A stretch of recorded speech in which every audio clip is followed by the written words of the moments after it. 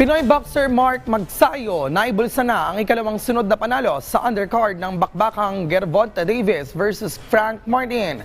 Si Rafael Banderel sa detalye. Rise and shine, Rafael.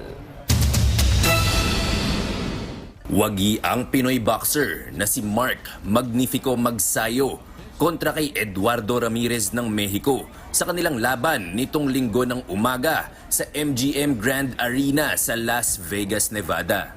Dominanteng performance ang ipinamalas ng Boholano, dahilan kung bakit niya nasungkit ang 97-92, 97-92 at 99-90 unanimous decision victory.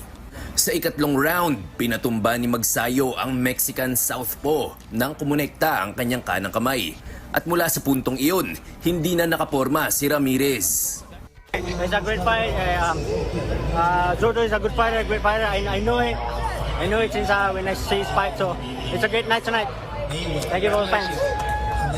Dahil dito, naibulsa ng 28 anyos na boksingero ang kanyang ikalawang sunod na tagumpay. Inaasahan ding makakatanggap ng panibagong pagkakataon si Magsayo na lumaban para sa isang World Championship kasunod ng panalong ito. Rafael Banderel para sa Pambansang TV sa Bagong Pilipinas.